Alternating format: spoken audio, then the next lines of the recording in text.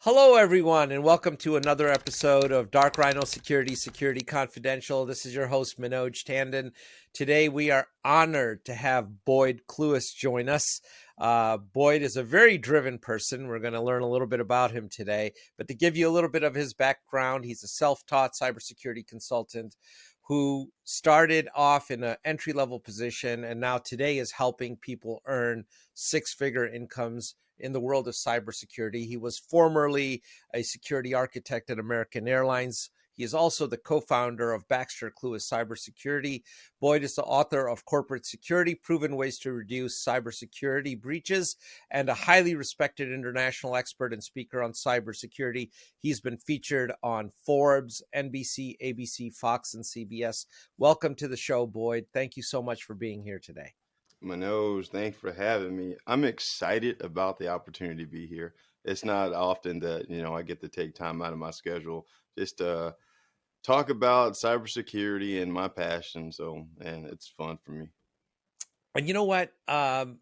Passion is a word that we're going to underline a couple times in this, because just listening to some of your talks, listening to some of the podcasts you've been on, it's abundantly clear that you have a lot of passion about what you're doing. So from what I understand, your first gig was somewhere in accounts receivable. Absolutely. And that somehow you ended up as a security architect, no less, at American Airlines. So, yep. And then you started your own company. Kind of walk us through this. How does this happen? It can't be accidental. No, nothing is accidental, especially with me. Everything is intentional. So, I'll make this brief. When I was working in accounts receivable, I was actually working for one of the biggest copy manufacturers in the world. It was Rhiino Corporation. And we're working in the Dallas area, but IT support, desktop support was actually officed out of the corporate office, which was in New Jersey. Okay. So believe it or not, my knack for understanding IT actually came from laziness. So what would happen is when somebody's computer would break on the accounts receivables team, they would have to ship their laptops to New Jersey. And so what happens when you have 5 people's laptops down? I got to do their work. Yep. So I was like, we're not going to ship those laptops back anymore. I'm going to figure out how to fix these things myself. You went out of your way to provide better service of your own volition. You can say that. Interesting.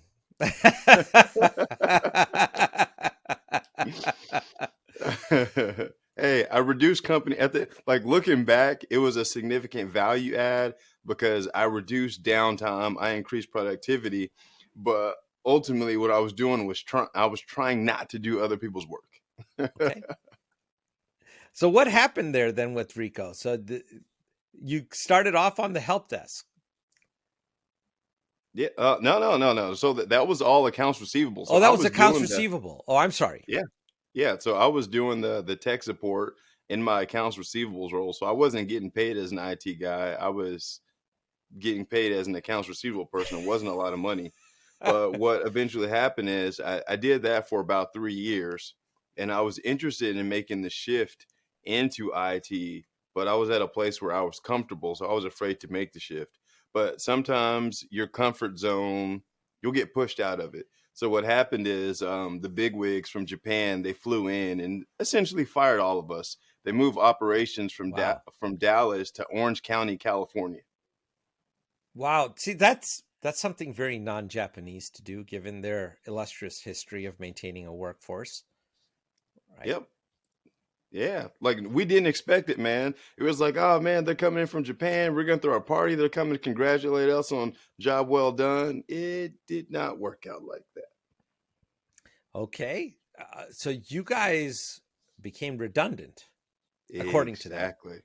So what happened was Rhiino merged with a company called Icon.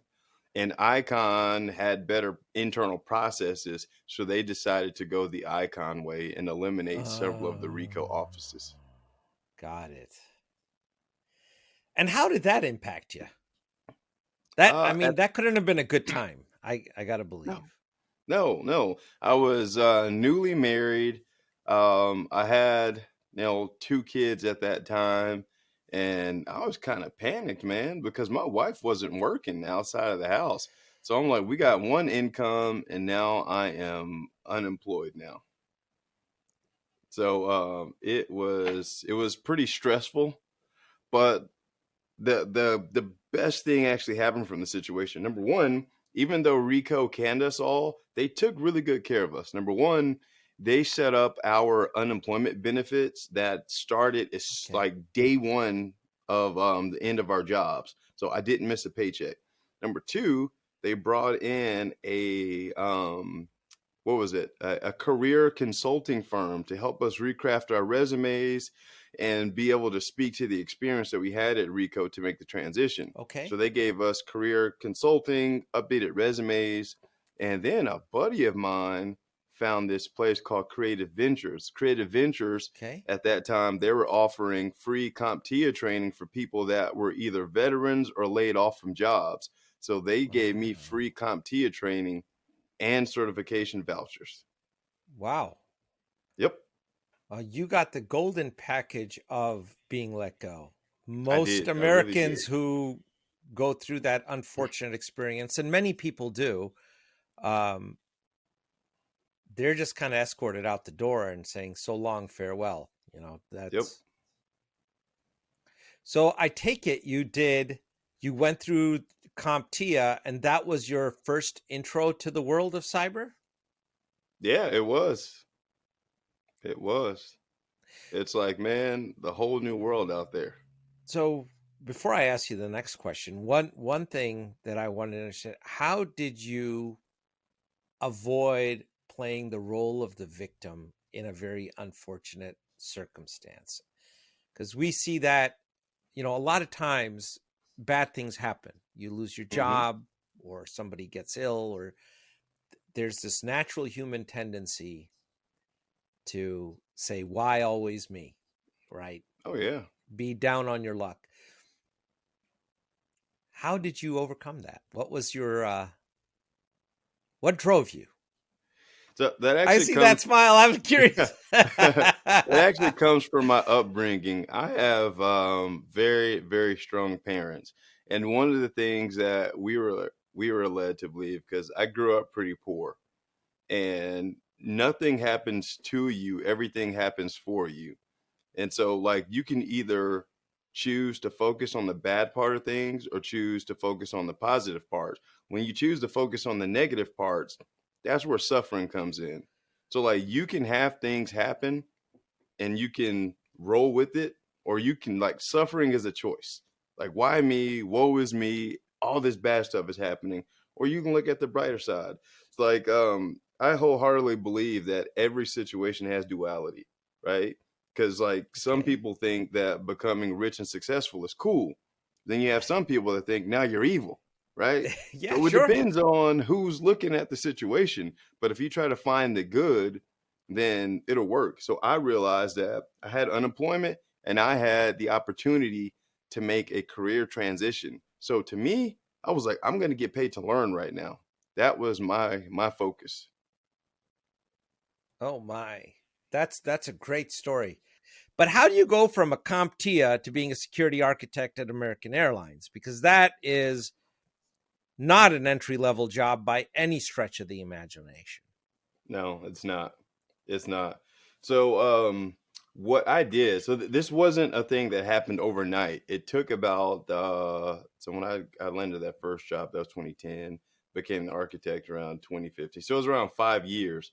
Okay. But what I did was oftentimes people get into the IT space and they want to go work for the biggest company possible, thinking they're going to get like this huge paycheck. Well, I had a Sure. different philosophy. I wasn't motivated by money, I was motivated by opportunity.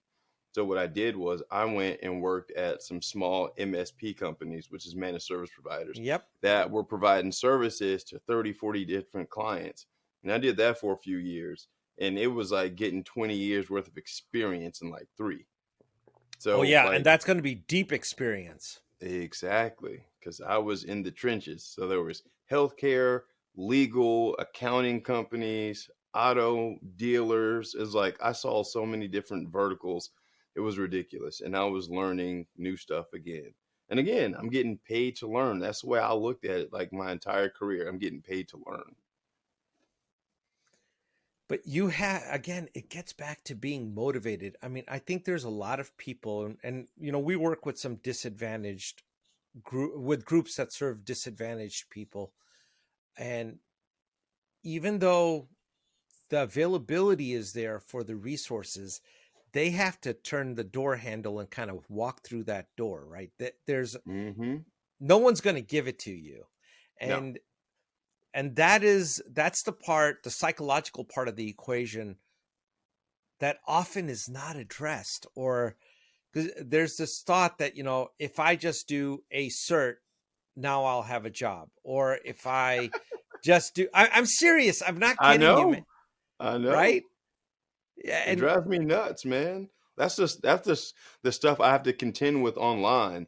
So like, what we do is really impactful, and I'm so passionate about it, man. Please tell us about But it. you have people creating Reddit threads about me or making comments on my Facebook post or Instagram. You can't get into IT without a cert, or all you need is a cert to get a job. I'm like, dude, how many people do you know that have taken foreign languages, aced the class, but can't speak the language?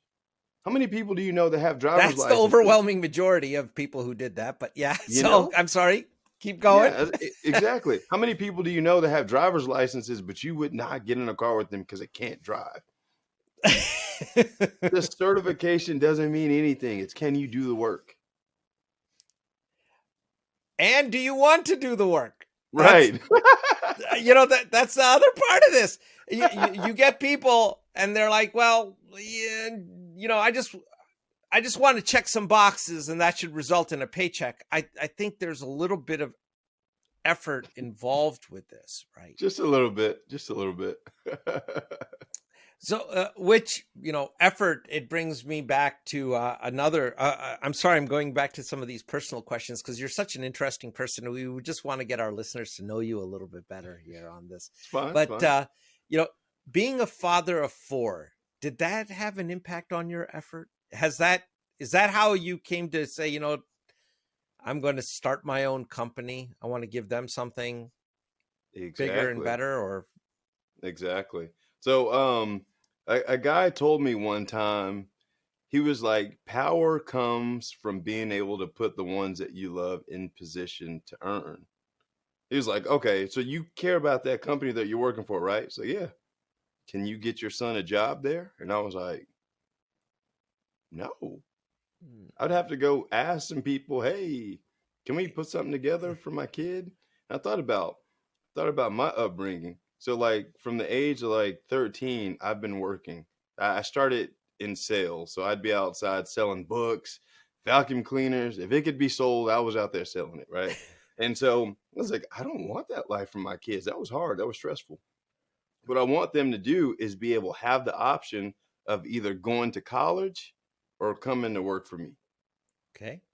And knowing that life is going to be okay. So, number one, providing for my family, but leaving a legacy that they could join in and eventually take over has been the motivating factor. And that's why we named the company Baxter Clewis. Like my wife's name, her maiden name is Baxter. Ah, so that's where that comes from. Mm-hmm. So your wife is literally your partner in the business. Yep. She's the president. Oh, so you just kind of work there then. Exactly. Really I tell people I'm just a pretty face.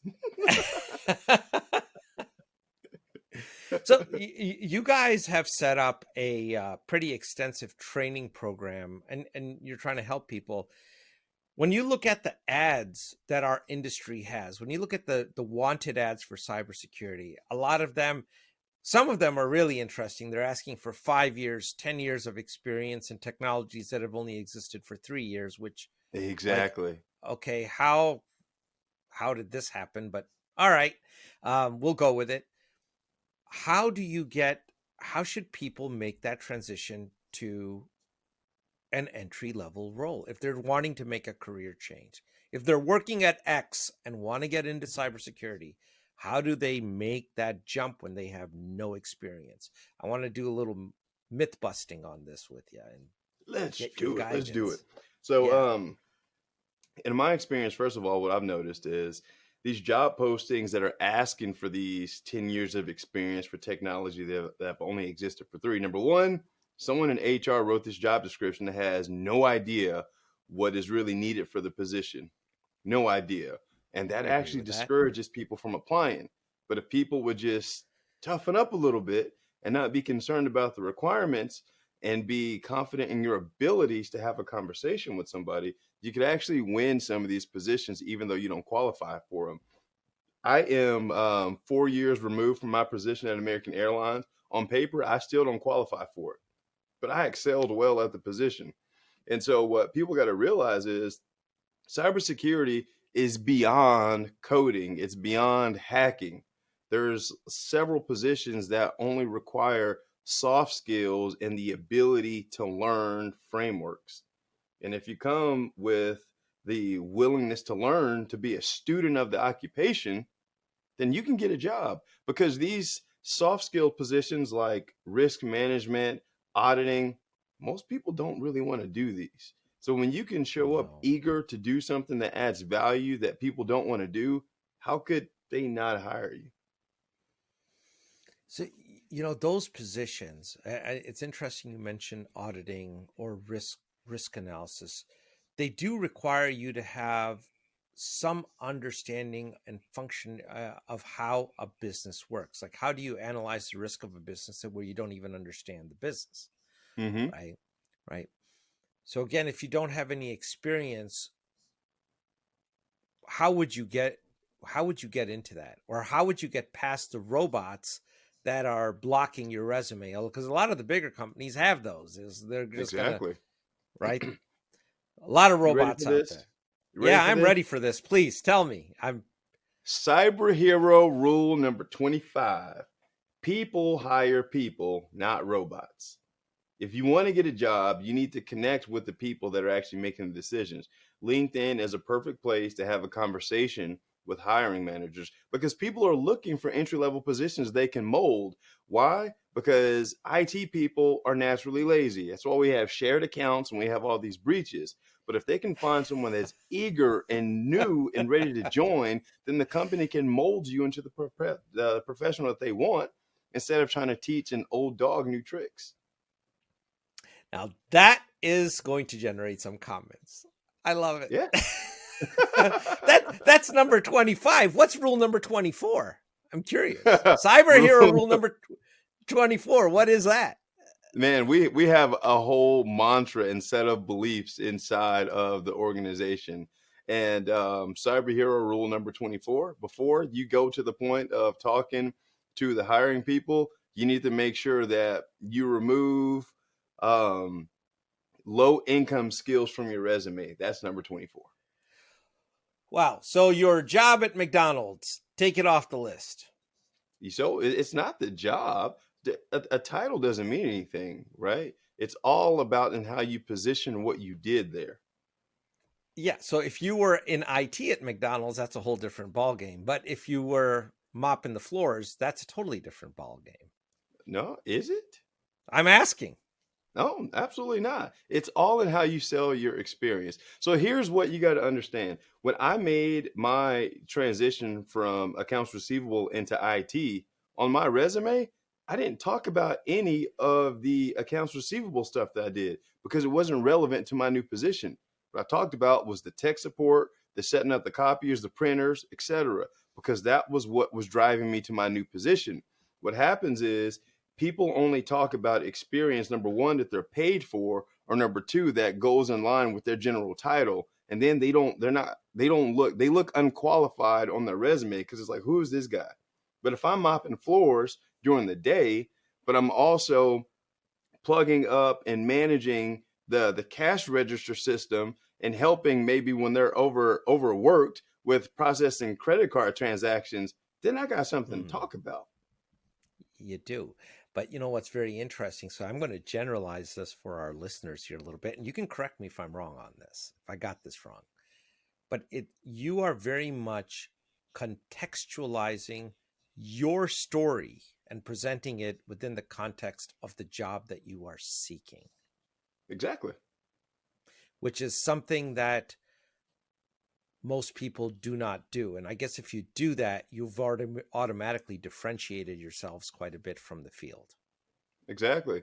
So it only makes sense. So you got to think about it like this. How many times have you been grocery shopping or you had some door-to-door salesperson come try to sell you something that you're not interested in at all? A whole bunch of times. Exactly. The But if Kirby they vacuum knew cleaner guy you, comes to mind. but if they knew you and they knew the things that you were actually interested in, they came and provided a solution to a problem that you were having, then you would probably be interested in having that conversation. And so I like, would. yeah, and that's what the resume is going to do. It's a conversation starter to the challenges that the company is having. And then you go to cyber hero rule number 26 is when you start off the interview question, like, tell me about yourself. Well, you flip that to take the control of the conversation. Well, look, I've done a lot of things. Would you tell me specifically what challenges you're looking to solve right now? Then I'll tell you about my experience that's relevant to that. See what I'm saying? Everything is specifically toward the problem and the position that we want. We don't waste time. I love it. So let's back up the bus here a little bit and go to rules 1 through 5. Let's do the top 5. So rule number 1, don't be weird, bro. Don't be weird. Yeah. Well, I guess I'm kind of screwed on that one. That okay. Let's say you're not capable of doing rule number 1. You're like me. Then what's 2? No. You've passed the test. See, rule number 1 is designed for the people. Hey, and I love you guys. No offense to any coders out there. It's the coders that should be in the basement. They're not people facing. Yeah. Because we put people in public facing positions, and you can't be weird trying to command the attention of execs explaining risk and things. It doesn't work out. But rule number 2 is to manage your career like it's a business, because like we don't look at the traditional model as I'm an employee, this is the company. It's like, no, I'm a service provider, and the person that I work for is a client. I'm a service provider.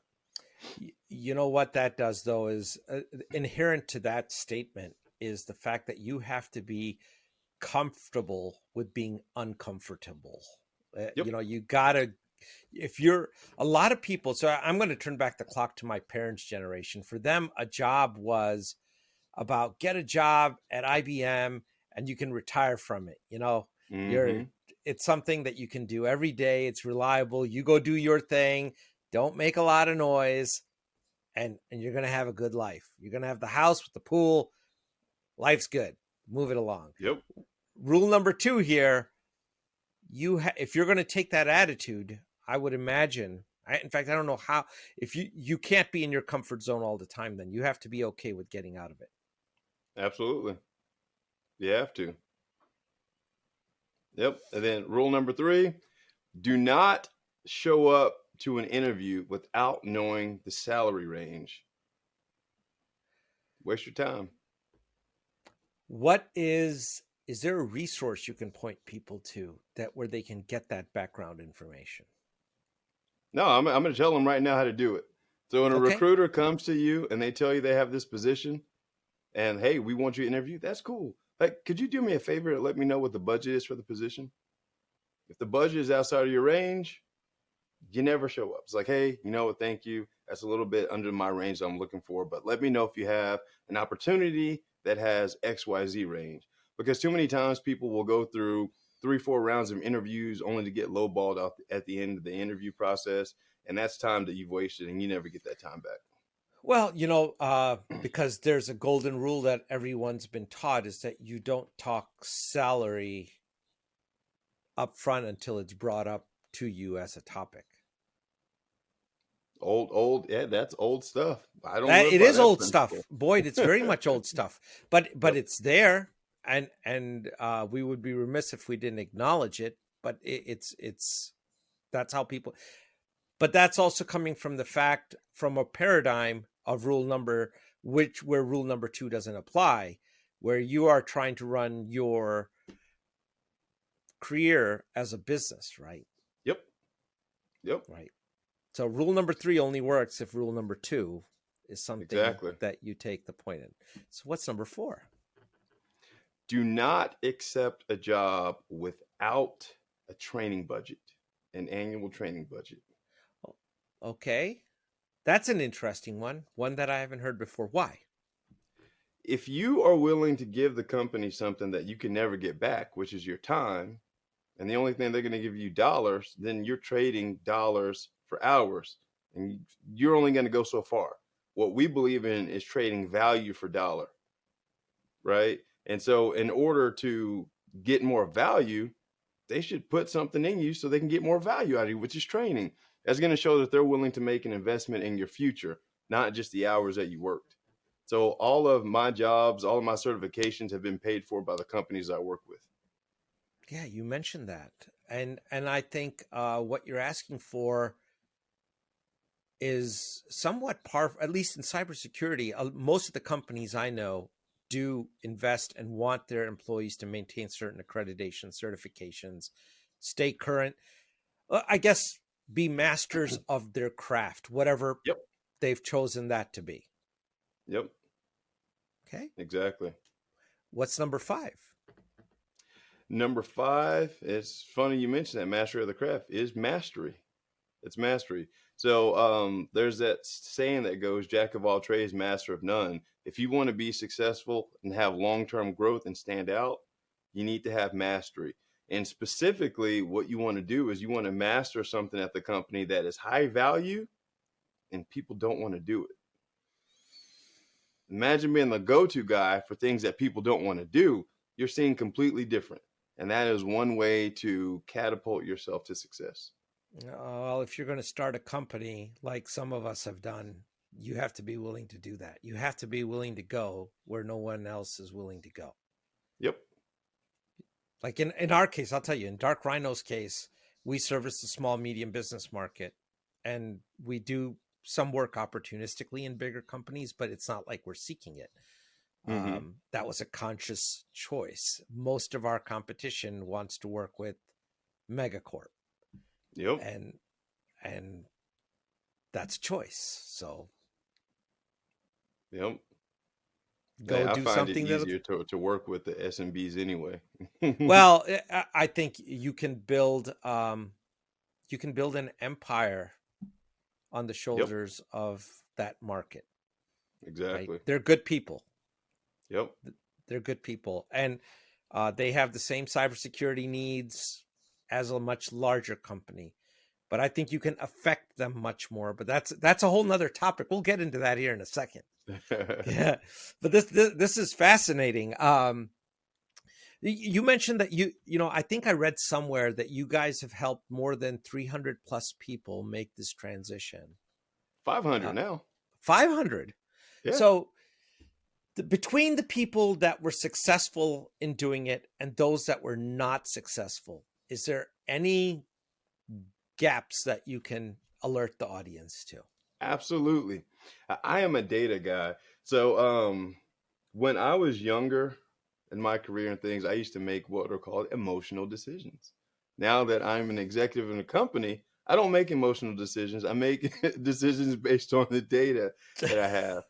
And so all of our students are assigned success coaches, and our success coaches have KPIs that move our students through the process of the program. Okay. And we realize that there are certain triggers and certain what we call activation points that if a student doesn't hit, they're unlikely to accomplish their goal. Because graduation from our school means that you landed a job. It's not you finished a course. Congratulations. Like we're results oriented.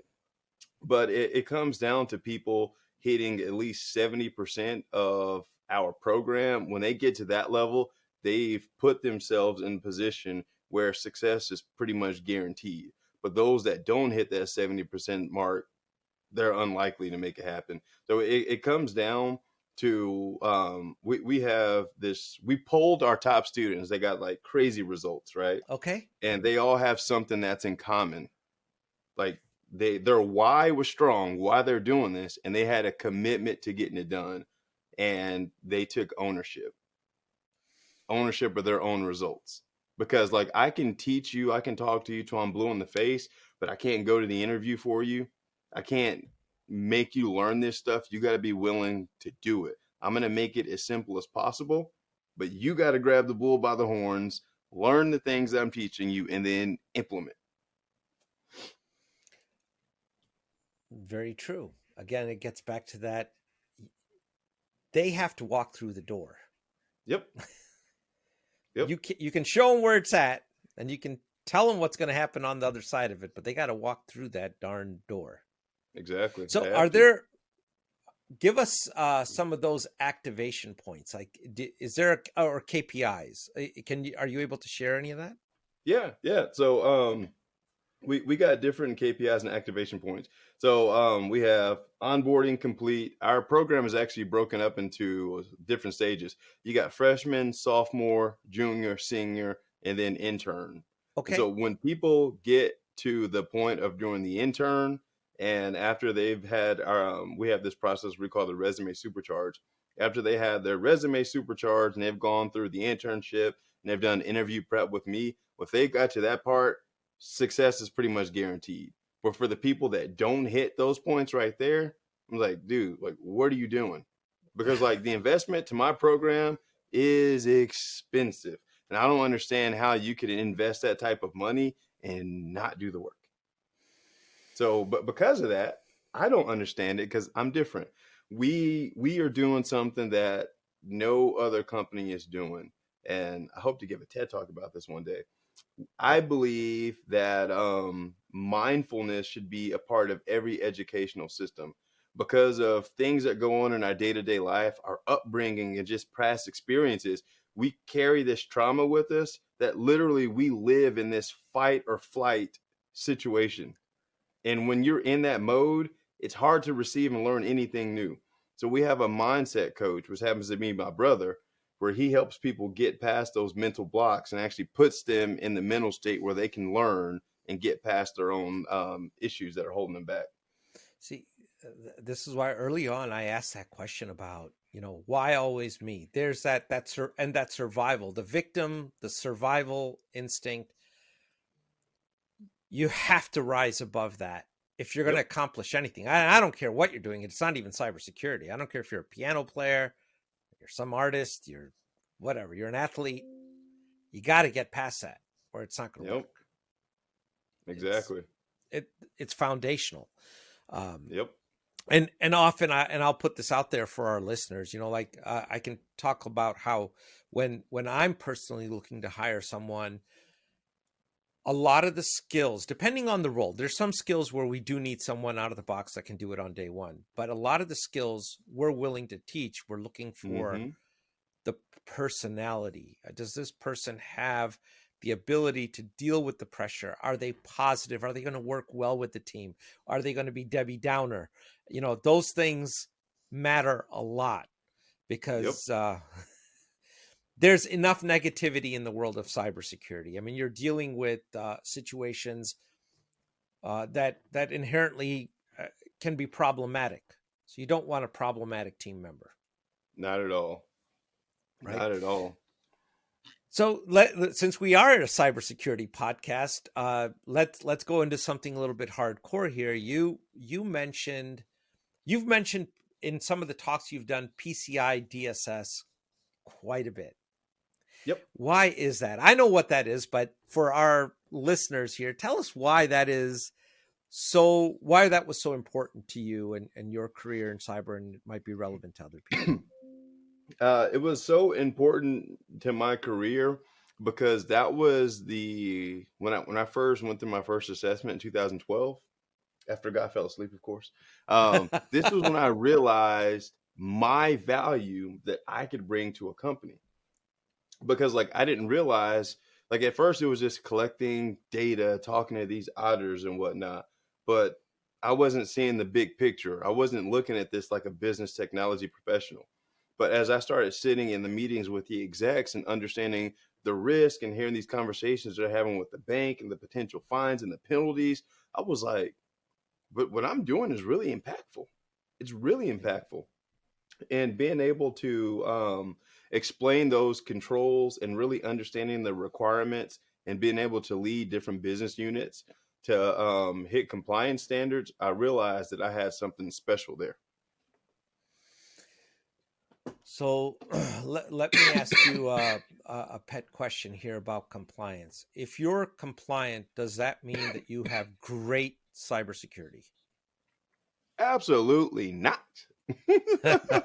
There, you heard it from someone who's a master of their craft on this topic, and not from me. So, Hey, that's one of the first modules in our program is security versus compliance, because like in PCI DSS requirement 8, it says that passwords need to be at least 7 characters, have a unique character, and some password complexities.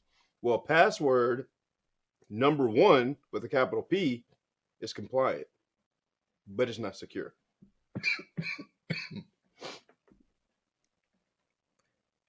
absolutely. So it doesn't matter how compliant you are. Security and compliance are completely different things. I love it. And I'm glad it came from you and not from me on this. So on that topic, are there, when you look at all the breaches that have happened, if you look at the consequences for the companies when it comes to losing of your social security number, your credit card data, your home address, these things have, there's been so many breaches we can't even talk about it in the time remaining, right? But there's other than fines and bad press, there hasn't been life-altering consequences for companies, whereas the people whose data have been lost, there have been life-altering consequences for them. Yes. Okay. Yes.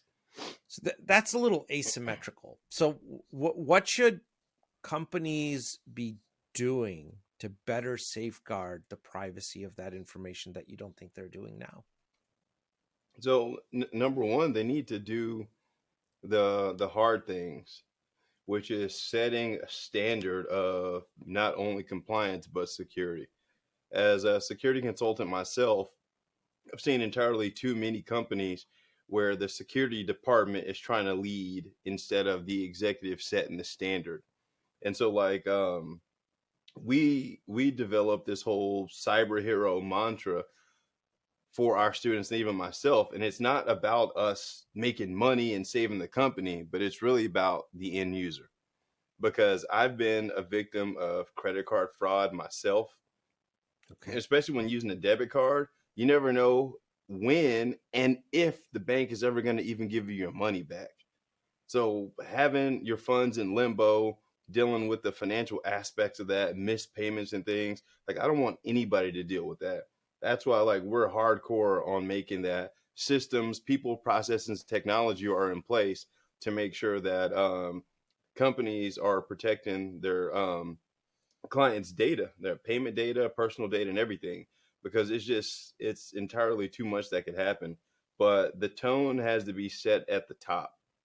So like when I'm consulting with companies and I hear all this complaining and I see all these controls that are not in place, I usually look at the leadership and have a conversation with them and see like, well, what are the standards? Have you communicated what the standards are? Right. So like it needs to, that's where it has to start at the top. And often that's where it's missing. Well, and then there's the whole issue of the cybersecurity professionals being able to enlighten the executives who should be leading what the problem set is, because a lot of times someone's talking zeros and ones and those guys are talking about the operations of the business, and the two worlds are a little separated, right? Yep. Yeah, that's one of the challenges that I try to teach the people that I mentor. And that's why my podcast is called Don't Be an IT Guy. Because an IT guy is not going to influence a CEO, but a business professional, technology professional is. So I could tell the CEO, hey, we need to get this compliance thing done or else we're going to be fined.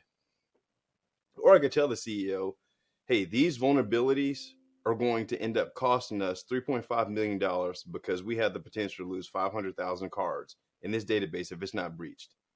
So we're going to need an annual budget of $250,000 to bring in some consultants to help us chew this up. Do I have your support on this? Like they need the numbers, man. They don't care about the technology. Man, for all you craft professionals listening out there, that kind of conversation will make a huge difference. People want to hear it. And if you're that proactive and that confident in the way that Boyd just said it, you're going to get noticed. I can tell you that for sure. In terms of something actionable for our audience, I was curious. You know PCI DSS inside out. What do you think of not using your credit card and switching to something like a PayPal or Apple Pay or the Android equivalent of that, and using those? Is that a much more secure environment per se than handing your card at the terminal or storing that data?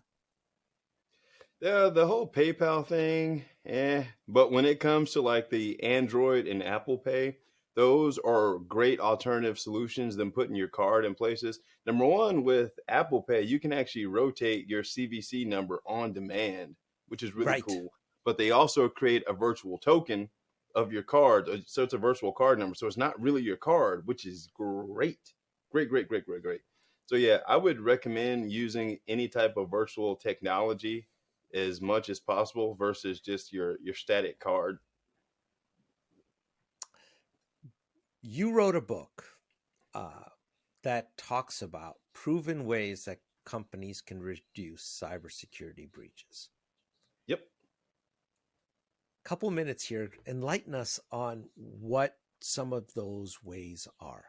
What should companies be doing? So I think you talked about the executive side of it, the leadership setting standards, but what else should they be doing? You should be spending a minimum of $5 million a year on firewalls. Joking. Well, you know what? What you're saying there, I know what you're about to say on this, but a lot of people want to solve the cybersecurity problem with pure technology, and it's a people issue. So that's interesting that you're able to. Exactly. And that's where I'm getting at. So the book is actually focused around the insider threat. I could go to all the big A players and buy the best firewalls on the market. But that little person in marketing or my receptionist, all it takes is one link that he clicks, and it's game over. That's right. It really comes down to training your staff, because cybersecurity is everybody's responsibility, not just the security department. Everybody needs to be conscious of phishing emails, clicking links, making sure that computers are locked down, strong passwords. So that's what it comes down to. And when you have the right governance program in place, you can monitor those things. Oftentimes, companies end up in the position to get breached because they set these standards, but they don't have anybody policing these standards with KPIs. How often are we rotating passwords? How often have we pen tested our network? How many vulnerabilities do we have that are open past 2 years that people said they would get fixed and they never fixed them?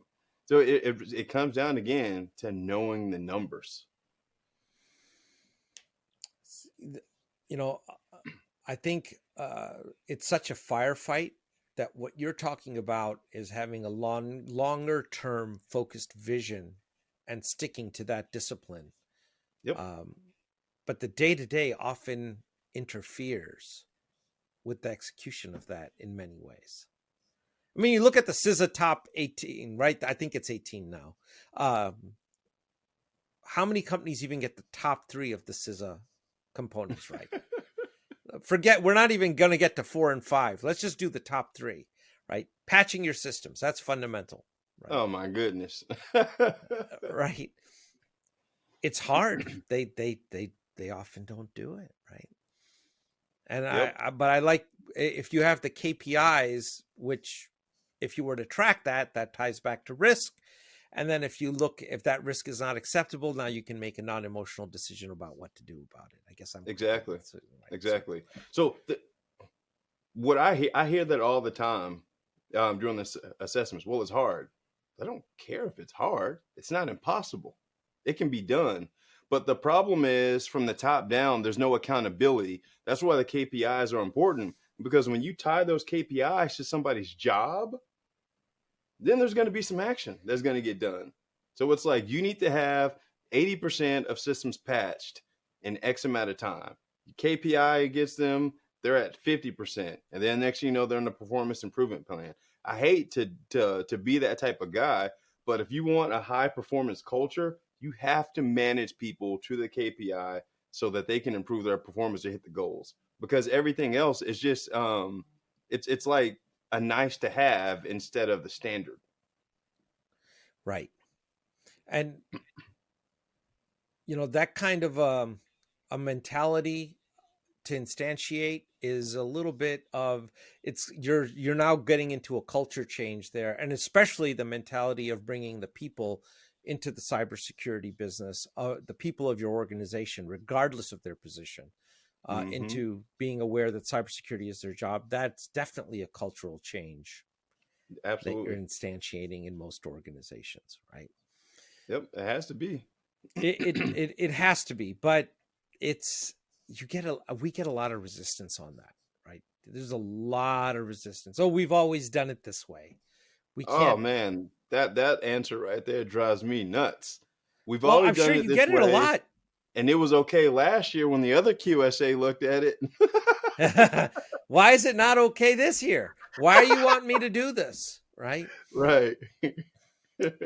Well, do you want to be on the front page of a newspaper again and be another statistic? What is that? I don't think a lot of companies understand the value of the loss that's going to occur if they get breached. They don't. And it's only after it happens that it hits the reality actually ends up hitting them. And that's unfortunate. Yep. So I remember a well-known retailer got breached several years ago, and they were kind of light with the security thing. But after that breach was made public, and I went to PCI training, it had like 15 people in that class. Yep. Let's close the barn doors after the horse left the stable. Yep. Okay. Right. I see what you guys are doing now, buddy. Let's see how this goes. So we're down to the last couple minutes here. We wanted to give you a platform to talk about anything that you'd like to. Is there anything you'd like to plug? Any new books you're working on? Any shows you're going to be doing? Any appearances? TED Talks, You mentioned you want to do some of those. So floor is yours, Boyd. Whatever you want to, it's yours. Sweet. So I got a couple things coming up. Number one, I'm going to be speaking at the PCI community meeting in Toronto next month. And this is pretty cool. This will be the first time that my wife has joined me on the big stage. I'm excited about it. We're going to be talking about training for gold, how training your staff and employees can actually be used to increase security and compliance. So something I'm passionate about. I'm going to give the leaders out there some really good ideas on how they can shift the culture. And the other thing that I'm working on, I'm actually in the final stages of finalizing my book right now that I'm writing with Forbes, and it's called Through the Firewall. It's about my story and how, we started from the bottom and now we run a pretty successful consulting firm. So it's going to be a really, really good book that should inspire some people. Oh, that's a great title. I can tell you that. Thanks. Yeah. And has anybody from the TED circuit contacted you? No. Hopefully somebody's listening. Pick me up. I am waiting. I'm waiting. Be careful what you wish for, Boyd, because once you get on that, it's gonna be hard to get off that treadmill. So just know that. I want it. Well, Boyd, thank you so much. It's been an honor and a privilege to have you here.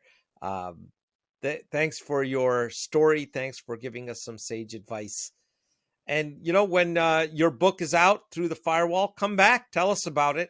Give our listeners a little bit, even if it's a 10-minute short, would love to give people the lowdown on what's happening with that. Oh, man, I'd be honored to do that. That would be awesome. It's been fantastic. I appreciate the time. It's been fun. Yeah. Hey, keep up the good work and keep up the cause. You're making a difference. So thank you. Well, take care.